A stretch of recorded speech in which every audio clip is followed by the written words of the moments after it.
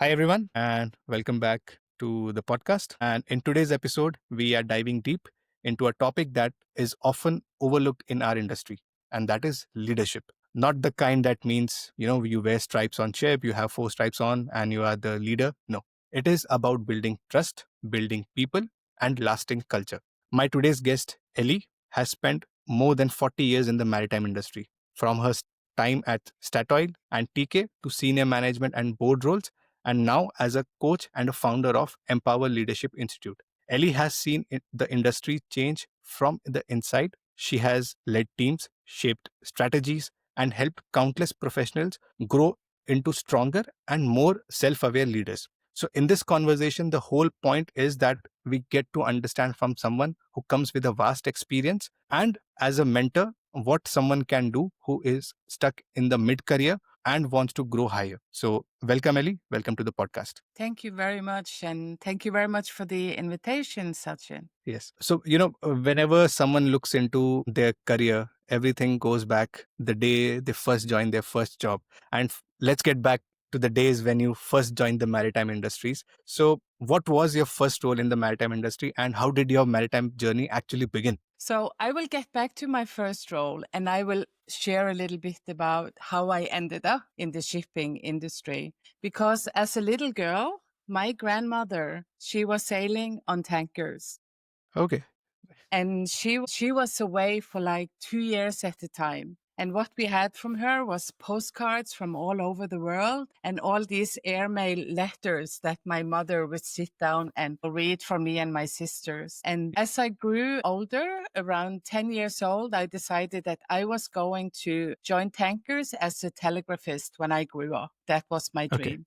Okay. But the role was obsolete when this time. But I was very determined that I was going to be in the tanker industry or at least join tankers. So my first job was in Statoil shipping. And I worked as an economy assistant in operations in the shipping department. And I was very young. I was in my 20s. I would like to share that the way they greeted me my first day was welcome to the pack of wolves.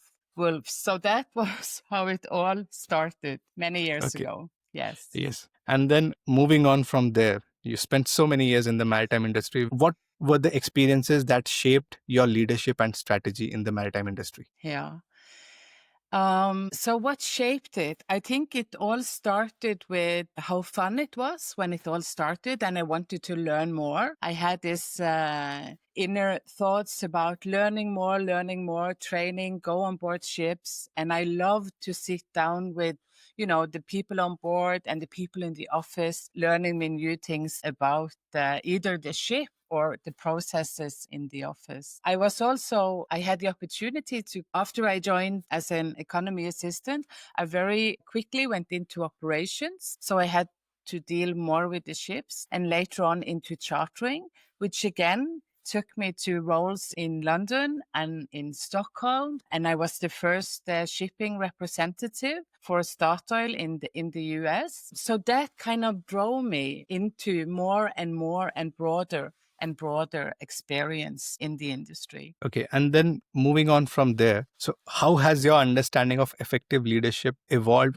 over the years in the maritime industry? So I want to go back to an example in the mid 90s when I came back from the US. I had a new colleague and he was Norwegian, but he had an MBA from the US. And when we were coming into discussions, he talked about theoretical models. And I was like, my gut feeling is when this happens, we do this. So the communication was kind of difficult. And I started to think maybe I should get myself some more education. And along that way, I decided that, I was going to learn more. So I took then a bachelor in economy and international marketing and management. And later on, I did a master in leadership. So it was again the urge to learn more that took me to the next level and to the next step, I would Yes. say. Yes.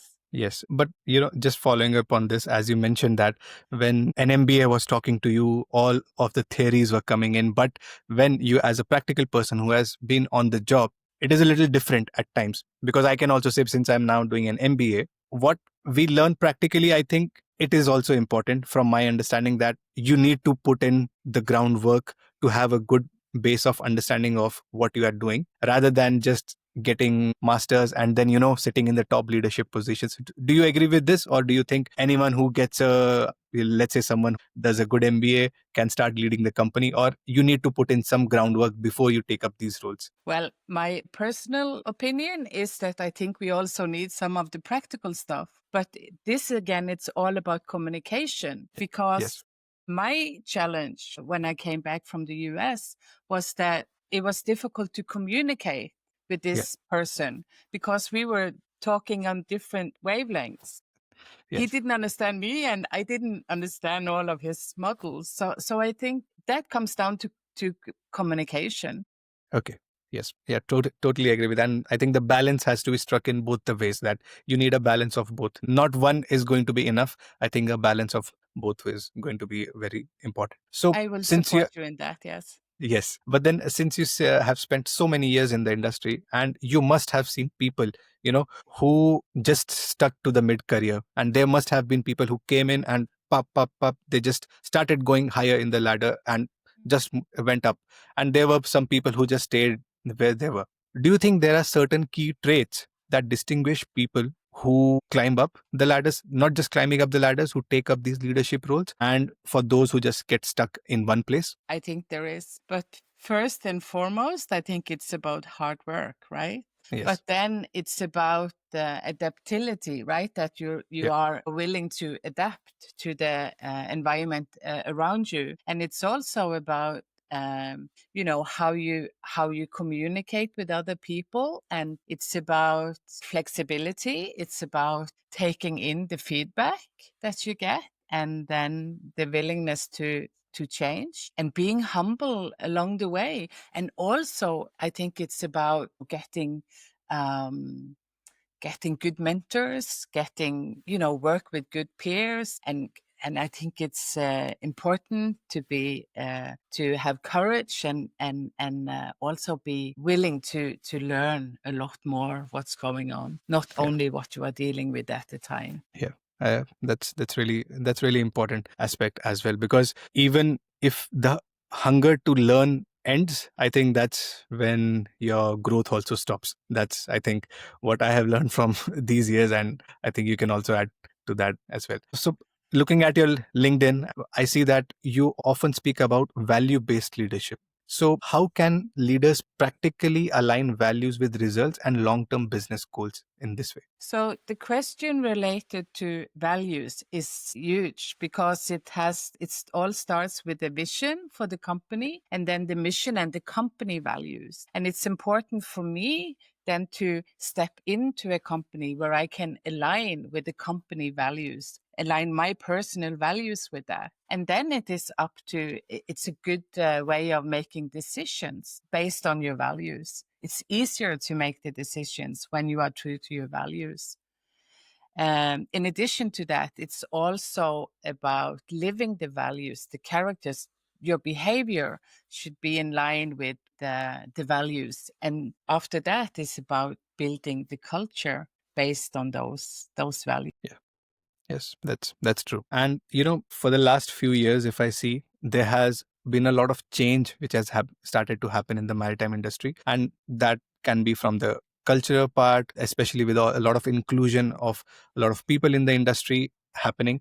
So how do you see this cultural shift happening within the maritime organization? Because you have spent a lot of years where this was not a norm, which this was not a normal thing, and now to see this happening in the maritime industry, how do you feel about it? I think it's very good. I think that we have been working with this for a long time, and a lot has happened. But I think that there is still a lot that needs to be changed related to this. It's about women, but it's also about other diversity, and it's about also men stepping up and Yeah. supporting the women and be the allies of the women, because we are better together in everything we do. Yes. And in saying so, do you think, not do you think, but, how can, leaders build a healthier and more empowering work culture both on because you have been associated with ships and ashore working environments. So I think you can add to that. How can the leaders help in creating a better environment for both the places? What I think about that is first and foremost, I think it's important to build psychological safety in the environment. Yeah. And it's also important to, you know, work with the values of the company. And because for some companies, values are about posters on the wall and on the website. Values is so much more than that. That's the surface. You have to dig in and really, really implement what does this mean to our company and what does it mean to our people, and how can we build a good culture and a good place to work. Does That's that really true. answer your question? Yes, yes, Okay. that's true. Yeah, because I think the leaders are the most important factor. Let's say I can just give an example from the ship which I sailed on. Let's say, for example, it really depends on the captain of the ship how the atmosphere on board is going to be. No matter what policies are written, no matter what is written in your company policies and procedures, if the captain on board wants to implement them and wants to create a positive culture, then only I think things move forward in the better direction or it move in the worst direction. So I think it's really important for the leaders to do that. But then since after having spent so many years and now you are in a totally different trajectory where you are providing mentorship and, you know, coaching to a lot of people. So this is something which I got to know about coaching when I was doing my first courses in MBA, where one of my professors, he's also a certified coach. And from that is when I got to know that, oh, there is something called coaching as well, which is totally different from a management degree. People after getting a management degree are also getting and doing a coaching. So to start with, what is the difference between coaching and a management training? Traditionally looking, let's say for an MBA or a master's degree, what is the actual and true difference between both of them? Way that I interpret what you are asking me is more about programs. It's being a part of a program, it's being a part of a group, and you all do the same task, you all get to learn the same from this. Coaching is more, the way that I see it, is more individual. You build on the individual's strength more than being part of a program where everyone is put into the same box. It's not about developing each individual. Yeah. Okay. So then how does, coaching help people from, because as you said, it is for each individual, you have to design something different because each person is a different person and they have their different traits. So how will a coaching help in them becoming a more emotionally intelligent and a more impactful leader? So I need to just say something about coaching because, like here in Norway, everyone can call themselves a coach. It's not a protected profession. When you look at the professional certified coaches, like I did my training with Coactive Training Institute, and for those who belong to ICF, International Coaching Federation, you have this ethical book that you have to align with all the time, of course. And part of that is that a coach is only going to ask questions, dig deeper with each individual. But a lot of the people that comes to me, they would like my advice. They would like my proposals. So for me, in the beginning as a certified professional coach, I was so proud, but I was not present with my clients because I was not allowed to do what they were asking for. So a long story short, when I started to call myself a sparring partner, that's much better because then I'm present with each of my clients and I serve them with advice and solutions if that's what they're looking for. And then we agree to dig deeper and dive into coaching on specific items if that is necessary. Okay. So, I don't know how to ask this, but if you could share one example from your coaching without taking the names or naming the organization or the Sure, person, just of one course. example where how the coaching changed and, helped them in a professional or even a personal development altogether. Yeah. So I can share a story about a woman in her 30s. She works with a ship owner company in Europe, and she was part of the team that she was now becoming the leader for. And that is a challenge, because you go from being one of the guys to be the leader, and that is a situation that a lot of people come into. So she came to me and she wanted me to work, with her. And the first that she had to define, that was to, who do I want to be as a leader? What kind of leader do I want to be? And then she was working a lot with her values, for her to make better decisions when working with her team. Another thing was that she would normally be very much into all the processes that they were working on, and she now had to take a step outside and let them do the work. So she worked a lot on painting the picture, how it was going to be when it was finished together with the team. And then it was a challenge for her to step outside and let them finish without her being part of it. She also was practicing her listening skills because she spoke a lot. And that is something that she worked on. And when she came back after a long holiday, and after some weeks, she called me and she said, "Thank you so much. I can really, really feel the difference, both in myself, but also the feedback that I get from my team." So there we specifically went in and worked with what she wanted to change for her to be a good leader. Yes. And I really think that this kind of thing is not possible when you just attend a generic course, because it has to be very specific to someone who is in the situation. Because even in a lot of classes, I believe it's tough to ask questions for you, because the questions would be generally answered for a whole group of people who are there. So I really think that, Yes. Yeah. yes. And then, there are many people who always feel stuck in their current role. And there must be something which, maybe some reflective practices or, coaching practices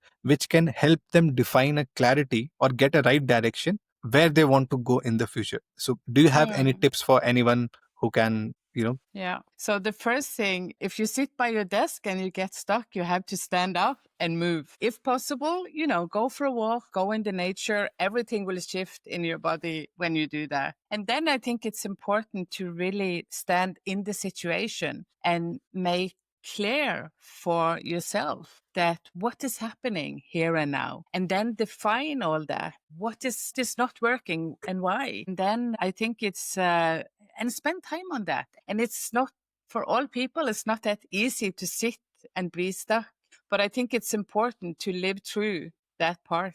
And yeah, then I think it's important to define, so what would the best outcome be? And then also define that very well for yourself, and then look at the gaps. And the first step you can do in order to step out of the part where you are stuck, and then yeah, I think it will build on itself after yes. that. I think that's a good way of doing it. Yes. The reason because I asked this is a lot of people who are sailing on board ships, they often feel stuck in one position and they don't know what to do next. They might not be feeling, this is not a job for me. I want to switch careers, but I don't know how to do it. And I'm sure through your experience, through your vast experience, what you have seen many mariners coming ashore. And do you think there were certain traits or certain clarity which these mariners who came ashore had which helped them succeed ashore? Because a lot of times what happens is people come ashore, they see the life that, I'm no more the boss. There is someone who is sitting on top of me, or there are different scenarios right now ashore.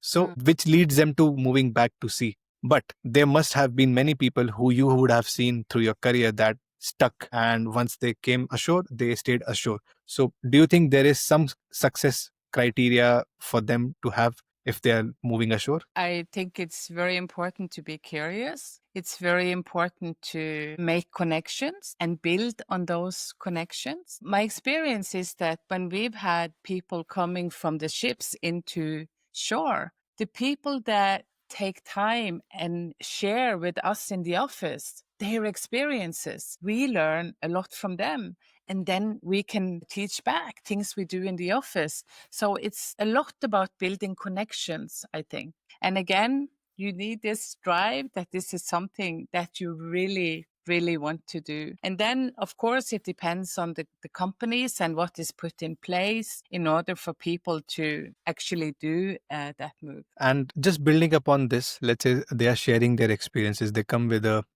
maritime experience of how things are happening on board. do you think these people can, like, not these people, but seafarers can make good maritime industry leaders, not just leading the ships, but leading the organizations as well? Or they need to also get certain level of leadership development and coaching for them? So, if your goal is to become a leader and you're willing to put in the time and the hard work, you can do it. Absolutely. I mean, today I read about one of my friends. She came from the ship and working in the North Sea. And today she's the COO of a shipowning company here in, well, in the East, but still, if you want to, you can do it Yes, with a because lot of a lot. hard work. Yes, definitely. Because hard work is going to be there no matter what you seek. But there's always this question which lies is that managing people on board is little different than managing people and the large scale companies here ashore. So that's where the question always rises is Yeah. need. Yes. Okay. So I can just give some example because I remember when I on some of the ships I boarded when I was very young, when I came to the bridge and we could stand there talking, and then if the captain came in, everyone would go silent. And that's like 40 years ago. And today I don't think that happens. Today it's different because that has all changed. And so it's about, who the leader is and also the people, on the bridge as Yeah. this example. But I Yes. think a lot has changed there. Yes. Yeah. Yes, definitely. And let's move into one thing which you are also involved with, and you are a prominent figure in that, which is the VISTA organization. Many of the listeners who would be listening to this might not be familiar with the VISTA organization. So let's just get into what VISTA is and how is it VISTA contributing to create the future leaders in the maritime industry. So WISTA stands for Women's International Shipping and Trading Association. And this organization was 50 years last year in 2024. And it's all started with the female shipping professionals meeting for lunch in London before Christmas. Today, there is more than 6,000 members all over the world in over 60 countries. So it's a big networking organization. And there is an international umbrella, and then you have national organizations. I would say that. So I was one of the co-founders of VISTA Norway in the 80s, and that time there were not so many women, and we knew all of them. Today, it's good to see that we are so many. But this is about networking, it's about conferences, it's about training. We are promoting and empowering women in the industry. And I believe that, of course, between all the countries in the world, there are different stages where we are as female in the industry. I can see that we are into a really good drive now. And also I can say that there are surveys that are done that IMO and VISTA is doing and working then based on the results that I get from the surveys and focus on where things are needed to change. Okay. And just out of, for those who might not understand,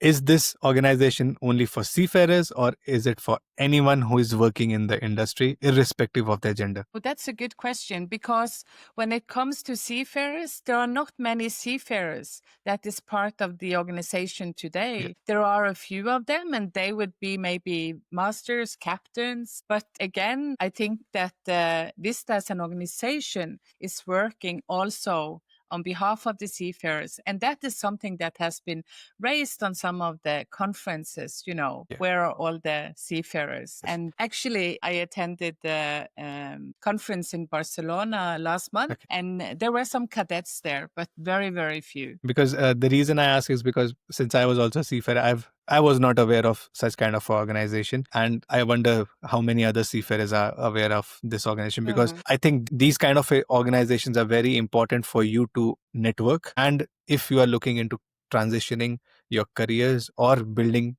connections, these kind of organizations will really help you. So, if you were to sum up in one line for someone why they should join VISTA, what would that be? It's a good network. It's about collaboration. It's about a lot of role models in the organization, and yeah, it's if you want support, I think that Vista is an organization to contact. Absolutely. Yes, great.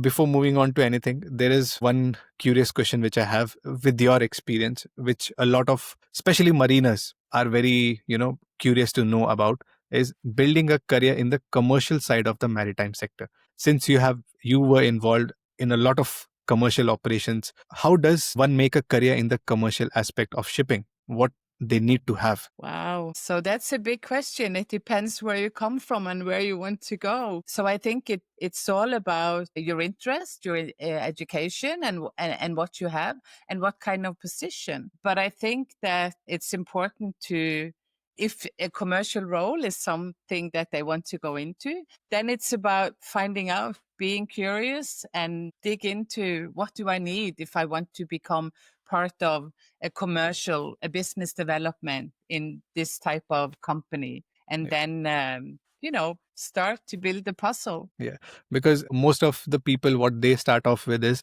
the ICS exams. They say that, what, I'll do a ICS exam Mm. and I get a FICS or MICS in front of my name, and maybe then that would help me, break through into the commercial Yeah. segment of the maritime industry. But what I have seen from my experience looking around the commercial side is it is a very close knit community of people. It is very difficult to at times break into this industry. So how does one get to know about such roles or have the break in into this industry? That's the most important thing. Yeah. So thank you for sharing, your experience about the way that you can go. Again, I think it has to do with what kind of company you are talking about. And if you are a seafarer, and you enjoy the company that you are working for. It's also about sitting down and looking at the career path with that company, because a lot of the ship owners today are trying to build this one team culture. So that Yeah. should also include both sea and shore. And Yeah.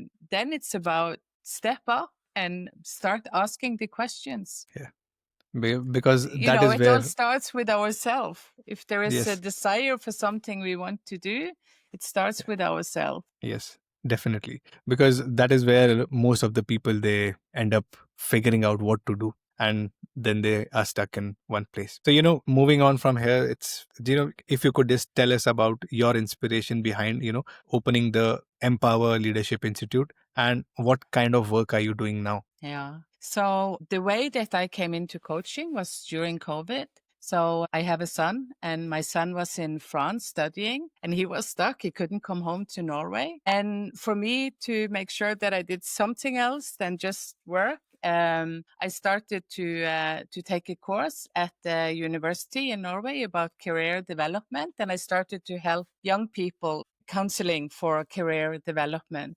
And during this time, uh, I got to know some professional certified coaches, and I was really curious about, the way that they were doing things. And I dive into it, and then I started to take some courses. Again, this is during COVID. And then when I had done all the courses, it's about, to be able to get to take the exam for this coaching. We needed to coach at least 100 hours before we could even take the exam. And during that period, when I was doing that coaching, I saw so many changes. I was helping so many people, and it gave me this, wow, so many people have dreams and they don't do anything about it. So after I then had done my certification, I just decided I want more of this. I want more of this, and then it was a big discussion because it's a big decision. And of course, the worst thing when you're going to make a decision like this is, well, I'm not sure about my income. And that was what holding me back for a long time. But then I thought, if money doesn't matter, what do I do? And then I was listening to my inside, and there was no doubt I wanted to do this. So I took the big leap, and here I am. Love my Yes, job. that's very really a wonderful story to hear, because helping others is also which gives you the right kind of purpose. And I think after all these years, the purpose is, I think you have found your purpose. So if someone in the maritime industry right now wants to, get in touch with you for leadership Hmm. development or coaching, how can they get in touch with you? So they can get in contact with me on my website, which is eli.no,